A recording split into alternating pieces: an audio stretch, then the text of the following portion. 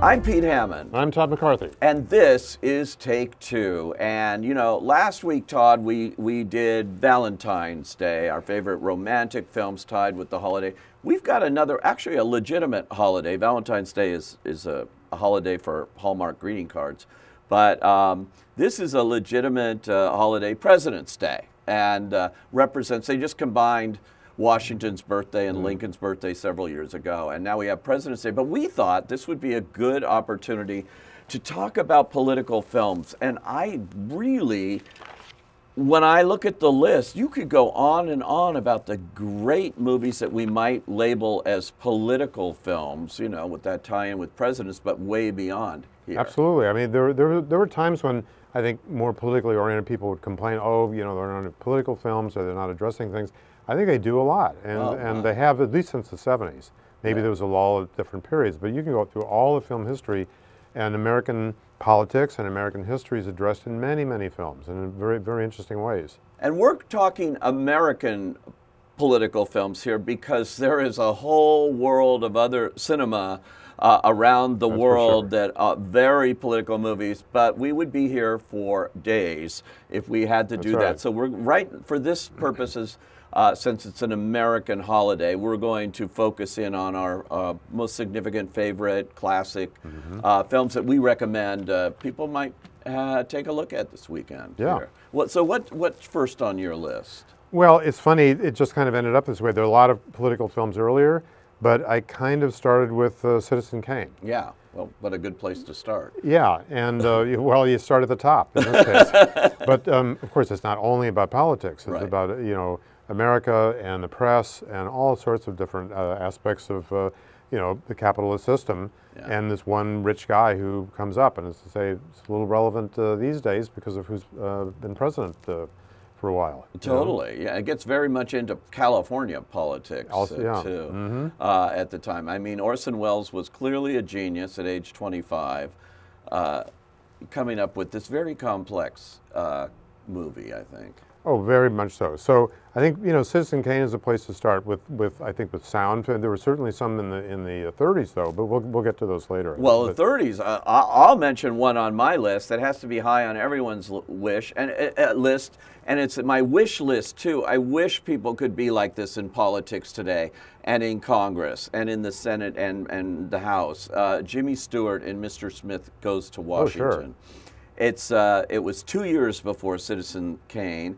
Jimmy Stewart's greatest performance. He didn't win the Oscar for it. It went to Robert Donat that year for Goodbye, Mr. Chips. So I think the next year for a light comedy, The Philadelphia Story, they just gave him the Best Actor Oscar to make up for that. But Mr. Smith, if you haven't seen it, and I can't imagine that you haven't, but you probably haven't.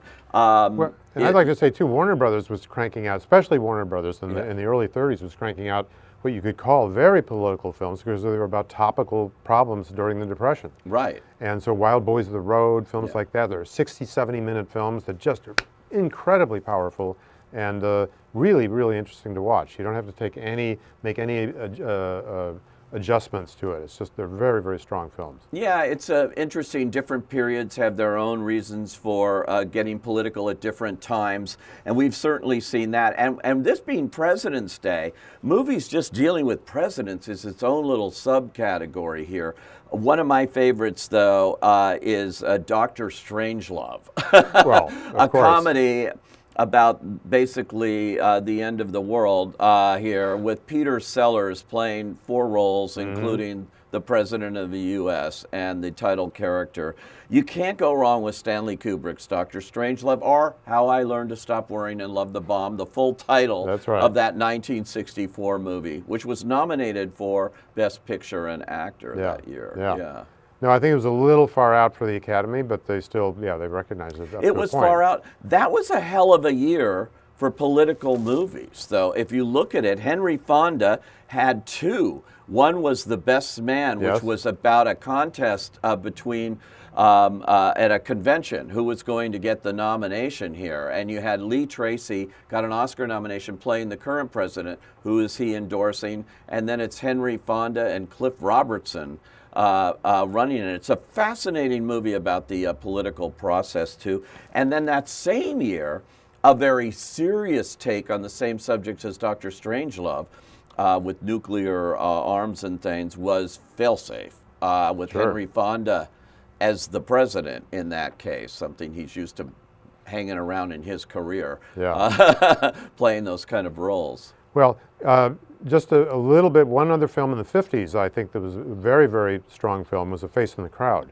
Oh, it's on both our lists. Yeah. And when you think of it political, I don't know, Andy Griffith as a guy who becomes a star. But it becomes pretty scary once it gets into it. I mean, and it really does give a foretaste of the kind of some candidates that have been put up, just because they thought they filled all the kind of the check marks for what was wanted in a politician. Check them off and put someone in there who's famous and maybe can get elected.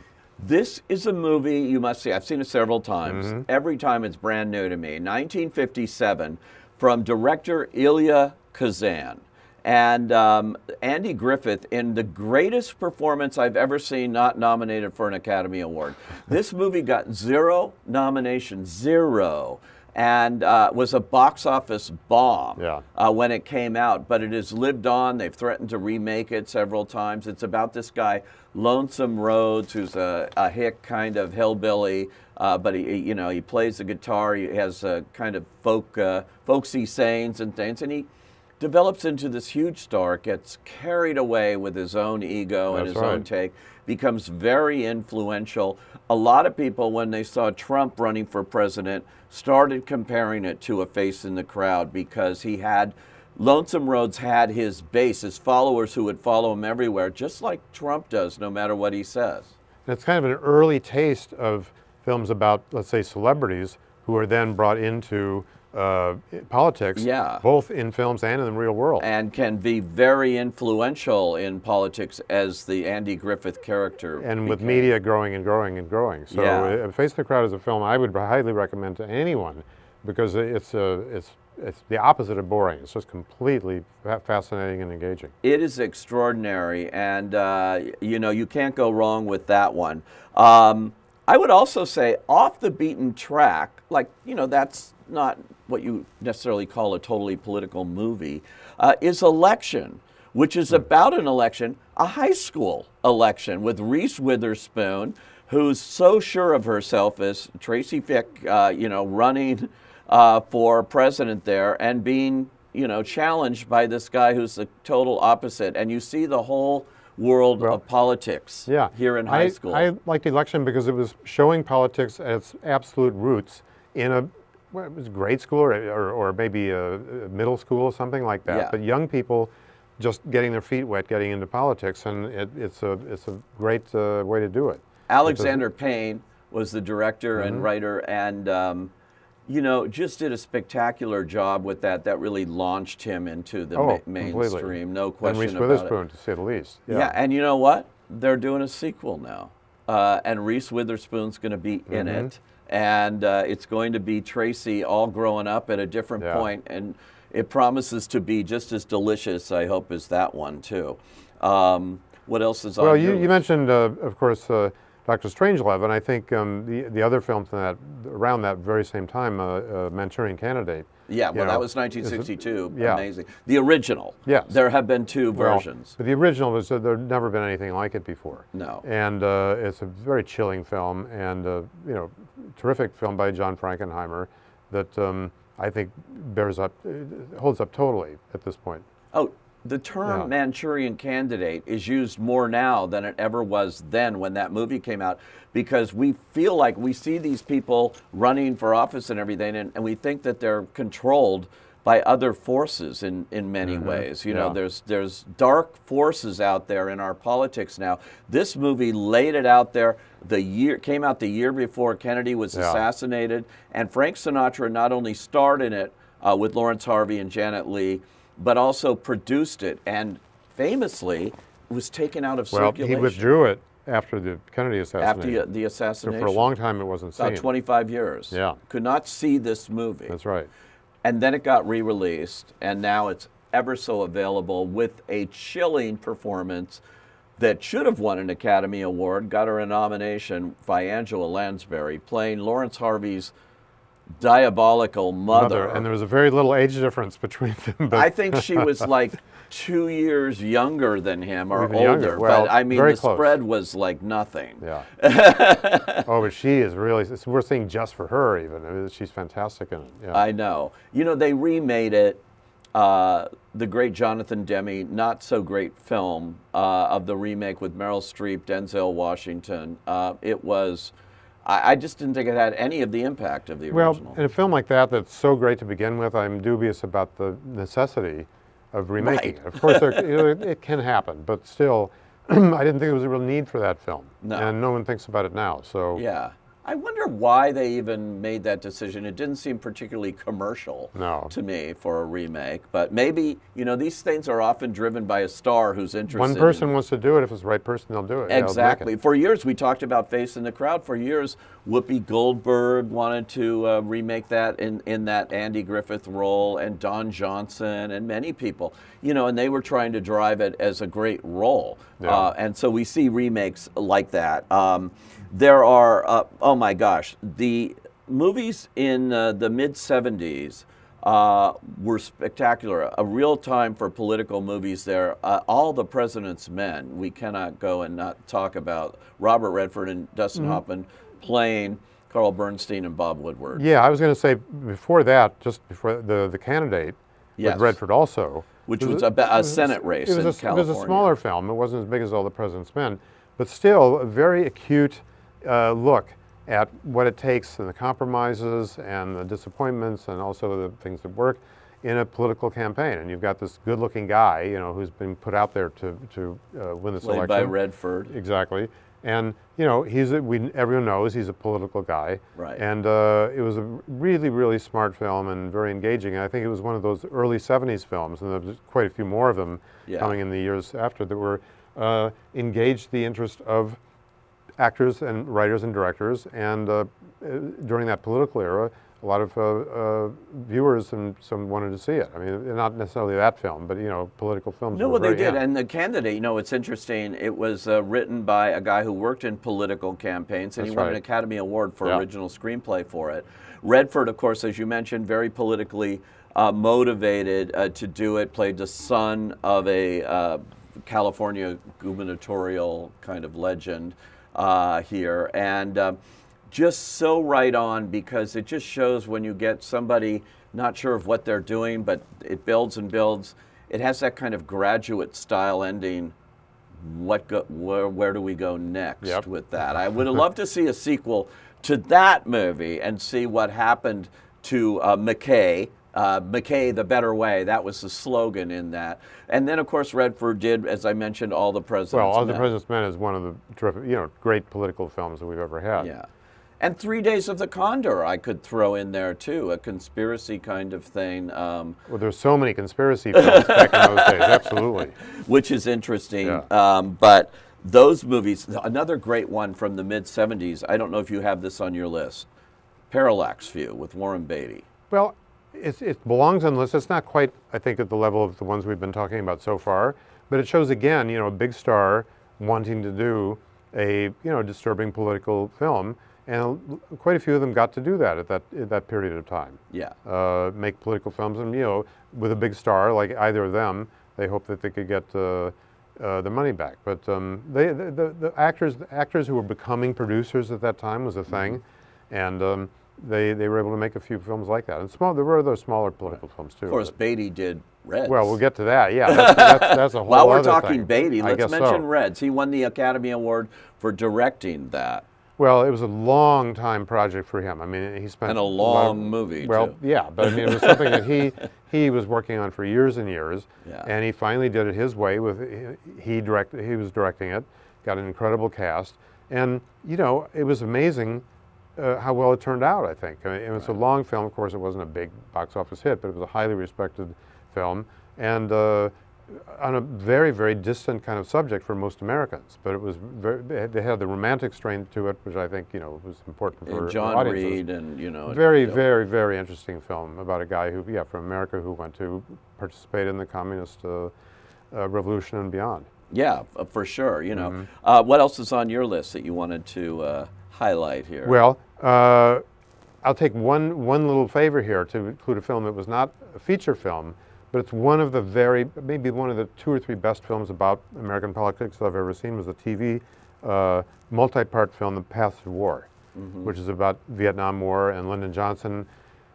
The way they portrayed it, somewhat against his will, being pulled into this, but the seeds had been planted already to prevent the communist takeover of more of Southeast Asia, in this case Vietnam, and it's a really tragic film about basically Johnson being persuaded to do this and ruining his career and ruining his life. He didn't run again for office, and it's a tragic story on a personal level and on a governmental and military and a political level. Yeah. A very, very great work, and John Frankenheimer did that too. He did that too, yeah. So if there's a way, any chance anyone gets to see that, it's one of the best American political films I think has ever been made. That's amazing right there. And while we're talking a little bit about television, let me mention one of the greatest series. It was short, not a whole lot of episodes, but you can get it out there on video, on DVD. It's called The Senator, part of a series, an overall series called The Bold Ones, but it's The Senator with Hal Holbrook. And every episode was so perfect. And of course, The West Wing, if you're going to talk about great political things, Aaron Sorkin right there with The West Wing with Martin Sheen as the ideal president, which leads me to another movie choice on my list, The American President, with Michael Douglas and Annette Bening, and it was written by Aaron Sorkin and directed by Rob Reiner, as about a widower, a president whose wife had died, has a romance going on here, and it's his life in the White House, and I just thought it was terrific. Yeah, that one hasn't stuck with me as much as the other ones. Those ones we talked about it's earlier. It's a warmer kind of political movie. That's true. It might have fit in our Valentine's Day thing had there I you thought go. of it. But let's not forget, I think, a very, very important film, Malcolm X. Yes. With Spike Lee's, obviously. Absolutely. 3-hour epic with Denzel Washington. Yep. And boy, I mean, he ran with that. I mean, he just did amazing things with that film. I haven't seen it recently, but I would watch that again just to see how it looks after a period of time. They've been doing quite a few screenings of it again now. They have a 70mm print. It's great to see in a theater, and it's definitely one of Spike's best films. Well, and you feel with many of these films where the actors took on the producing role too. These are films that they urgently wanted to be made. Right. And this is one I think you can really feel the investment that Denzel Washington put into this, not to mention Spike Lee, but Denzel really went for us with this movie. Great performance and a very interesting take. There's so many different things you could say about that period in time and that end. Right. But it was really good. And in terms of those people, assassinated politicians and things, of course, the story of JFK never goes away. It's been told in many different ways, but Oliver Stone's JFK is that investigation into it and all the conspiracy theories and everything else with well, he was certainly one of the most political, big successful American directors who mostly made political films. If he had his way, every film he made would be political, and maybe they almost are. I think so. In many ways. And I love directors and writers like Oliver Stone because they go for it, they put it out there. Movies can serve a real purpose in this regard with these kind of movies. Open our eyes if those glaze over the headlines and things and they just don't want to know what's really going on. It's very important now. Some of these movies have become prescient. To go back to 1964 again, this great year for these movies, 7 Days in May. Man, I kept thinking about that during the insurrection on January 6th and how close we came to democracy being taken over. We never thought when 7 Days in May, we thought this was a piece of fiction. Burt Lancaster. It was based on a book. Kirk Douglas, yeah. And but then, people started talking about, wow, this is sort of like 7 Days in May. Who's aiming to take over here, and how easy would that be? And January 6th showed us that this could have happened. Yeah. Yeah. Well, I think that's what's good about a lot of these films. I mean, even say Citizen Kane. I mean, this guy, if you go back to that, he was a family newspaper man, but then he decided to get into politics, and that's kind of the beginning maybe in big studio films, is showing how a figure like that will end up in politics, and then what happens to some people who can't quite cut it, like the Joseph Cotten character in that film. Yeah. So, yeah, I think some people often say, oh, you know, public doesn't want to see political films and so on, but I don't think that's true. I think there's enough films that we've already mentioned, there's others too, that engage a very big public and really vital, you know, are vital to what's going on in the world today. In fact, speaking of today, one more recent one, but first let me just say Steven Spielberg has done a couple of movies I think are exceptional in the political realm. One is Lincoln, obviously, his story on Lincoln with Daniel Day-Lewis, who I understand on the set required everyone on the set to refer to him as President Lincoln, not Daniel, and Sally Field as Mary Todd Lincoln, and I thought it was beautifully made. You know, he did justice to this great president, and we saw him in a different light, I think, in that film. There's so many, there are different films about Lincoln. I know. And Young Mr. Lincoln was a wonderful film. Yeah. Really, really good. Yeah. And so I don't think you can say, I mean, I've heard some people say, well, you know, Hollywood version of history and so on. But there's a lot of very intelligent, provocative, interesting takes on American politics that have been made all through the years. There's some areas that are perhaps not as seen as some, but then something like John Adams. I mean, it was a great miniseries. That wouldn't have been done as a single film, but as a miniseries with terrific actors. Yeah. It grabbed a big audience. It's really good. Yeah. And one other Spielberg movie that I really liked, I think it was underrated, Bridge of Spies. More recent, won Mark Rylance an Academy Award for Best Supporting Actor. A prisoner swap between the two countries, Russia and the U.S., and it really showed in detail, and in the Tom Hanks character, the lawyer who had to come to grips and make this happen, a decent man. He played a decent man, a decent American involved in this very tricky political battle there, and it reminded me of Gregory Peck in To Kill a Mockingbird or something.